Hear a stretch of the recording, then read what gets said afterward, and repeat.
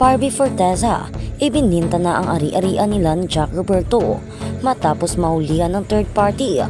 Isang nakakagulat na balita ang kumalat sa show business ng Pilipinas. Ayon sa mga ulat, ibinenta na ni Barbie Forteza ang mga ari-arian nila ni Jack Roberto matapos ang controversial na issue ng third party na ikinagulat ng publiko. Ang mga galit at pananakit na dulot ng pagkakabasag ng kanilang relasyon ay nagudyok sa aktres na magdesisyon ng malupit. Ibenta ang mga properties na pinagsamahan nila. Ang hiwalayan at pagkakasangkot ng third party. Ayon sa mga source, isang third party ang itinuturong dahilan ng biglaang pagkabasag ng relasyon ni na Barbie at Jack. Minsan naiulat na may mga hindi pagkakaunawaan ang magkasintahan, ngunit hindi inaasahan ng mga tagahanga na mauurong ito sa isang public scandal. Ang issue ng third party ay unang lumabas nang mag-viral ang mga larawan at impormasyon na nagpapakita ng mga hindi pagkakasunduan at pagkakaroon ng iba pang tao sa gitna ng kanilang relasyon, habang ang pangalan ni Barbie ay minsan nang naiugnay sa isang aktor at kasamahan sa showbiz. Ang pangalan ni Jack naman ay matagpo ang nasasaktan at tila naguguluhan.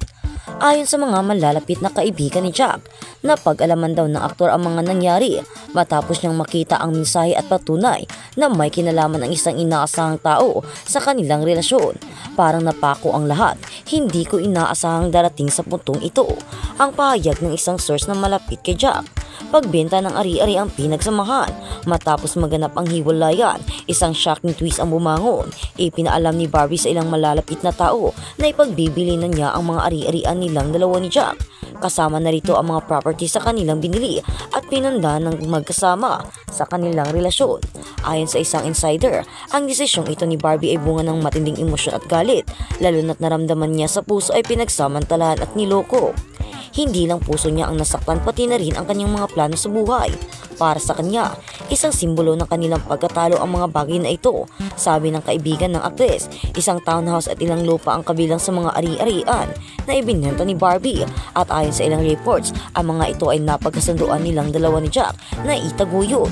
Ngunit sa kabila ng mga pagkatalo, nagdesisyon si Barbie na gawing simula ng bagong kabanata ang pagbibenta ng mga ari-arian. Ang mga reaksyon ng fans at kaibigan, habang marami ang nagsasabi na naiintindihan nila ang galit ni Barbie, may mga tagahanga rin na nagbigay ng suporta kay Jack. Nakita ko kung paano siya nagsikap para sa relasyon nila ni Barbie. Hindi lang siya ang nasaktan, kundi pati ang lahat ng bagay na pinagsamahan nila. Isang mensahe mula sa taga-suporta ni Jack sa social media. Sa kabilang banda, may ilang nagsabi na ang pagbibenta ng ari-arian ay maaaring isang paraan ni Barbie upang kalimutan ang lahat ng sakit na dulot ng nangyari.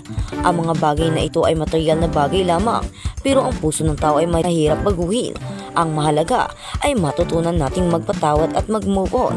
Ani ng isa pang fan at nagbigay ng mensahe at suporta kay Barbie. Ang hinaharap ni na Barbie at Jack, ngayon pa rin yung tahimik si na Barbie at Jack patungkol sa issue ng third party, at ang kanilang relasyon ni Barbie ay mas pinili na mag-focus sa kanyang career, habang si Jack ay nagpatuloy sa mga proyekto at naglaan ng oras para sa kanyang pamilya at mga kaibigan. Sa mga susunod na linggo, maaaring magbigay ng pahayag ang bawat isa upang linawin ang mga nangyari.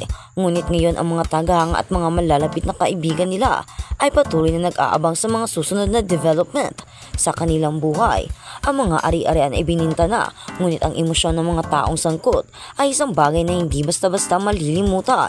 Habang patuloy na nagsisilbing malaking usapin ang kontrobersyang ito, umaasa ang mga tagahanga na parehong aktor na magkakaayos at maghilom ang mga sugat na dulot ng kanilang relasyon. Sa huli, ang mga bagay na material ay maaaring mapalitan, ngunit ang mga aral na natutunan mula sa karanasan, ito ay nagbigay ng lakas at gabay para sa kanila sa kanilang mga bagong landas. At sa kabilang banda naman, tahimik na sa hiwalayan. Kay Jack, Barbie mas focus sa sarili. Marami ang natuwa sa latest Instagram story ni Barbie Forteza. Nasa loob kasi siya ng isang beauty clinic na ini-endorse niya sa ilang ni Barbie, Fresh Start, kung saan nakatag din ang nasabing beauty clinic.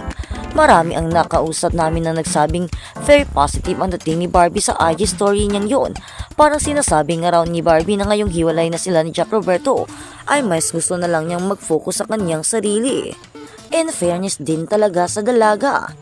After ng kanyang official statement sa kanyang social media accounts, kung saan sinabi na nga niyang nag-enda ang 7 taon na relasyon nila ni Jack, aba hindi na siya nagsalita pa ng kahit ano, kahit nga may mga nag-iintriga pa at pinalalabas na may balak magsalita si Jack at iyon ang dapat abangan. Tahimik na lang si Barbie. Mukhang ayaw nga ni Barbie na magkaroon pa ng sigalot sa pagitan nila ng kanyang ex-boyfriend. Isa post naman kasi ni Barbie ay sinasabi niyang beautiful goodbye yung ending nila ni Jack, kaya bakit nga naman siya magre-react sa pinalabas na iba na may sasabihin ang kanyang ex, no?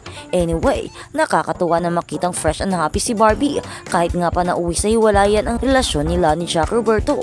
At sa kabilang balita naman, Barbie Forteza sa pagpapaganda ay nag-focus, pagpapasaya sa sarili. Tanong ng mga rami, bakit daw parang nabunutan ng tinik si Barbie Forteza ngayong hiwalay na siya kay Jack Roberto? Ibasa nga kasi sa mga social media niya, parang lumalabas na ang saya-saya na niya na puro ngiti ang makikita sa kanyang mukha. Although syempre naman may mga tao lalo na mga artista na mas pinipiling i-post sa social media ang maganda kaysa sa masasakit na pinagdaraanan nila. Sa kaso ni Barbie, puro pag-aalaga at pagmamahal sa sarili ang makikita mo ngayon. Mas may post siya tungkol sa pagpapaganda ng kanyang mga kuko at ang latest nga ay post naman tungkol sa pag-aalaga sa kanyang kagandahan. Fresh start. Well, marami naman ang sumuporta kay Barbie. Nasabi nga nila tama naman na mahalin alagaan niya ang sarili niya matapos ang 7 taong relasyon nila ni Jack. Sabi nga ng nanay niya, take a moment to appreciate your strength. Keep moving forward. Happy new life. Well, yun na rin ang chika. Happy new life, Barbie. Mga dapat at di dapat gawin ni David Licauco amang kay Jack Roberto. Muling nagalungkat sa buo ng nakaraan ng ilang katkatera tungkol sa tambalang barda ni na Barbie Forteza at David Licauco. Pagsasaliksik or sa pagsasaliksik ng mga katkatera, nasilip nila ang post ng nanay ni Barbie na si Amy hinggil sa Team Barda. Ito ay nang maglan sa Netflix ang debut film ng Barda after na magkaroon ito ng theatrical release. When the promise rings na umuko pa sa top 10 series sa lahat ng nasabing online streaming platform. Agaw pansin din ang kanyang caption, nag-iilusyon lang po walang kukontra.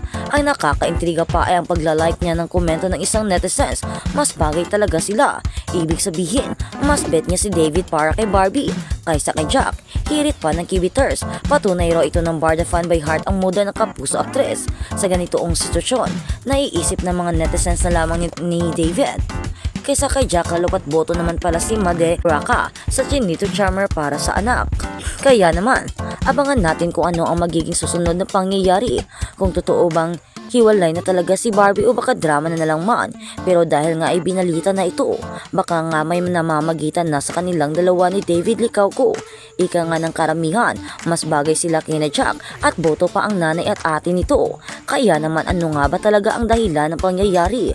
Kasi sabi nga nila, mahal ang ina ni Barbie Forteza si Jack Roberto. Pero bakit tila ngayon, parang botong-boto na ito kay David Licauco or sa Barda tandem? May ginawa bang masama si Jack na naging dahilan ng ikagalit ng kanyang ina at hindi na pagiging boto sa kanya?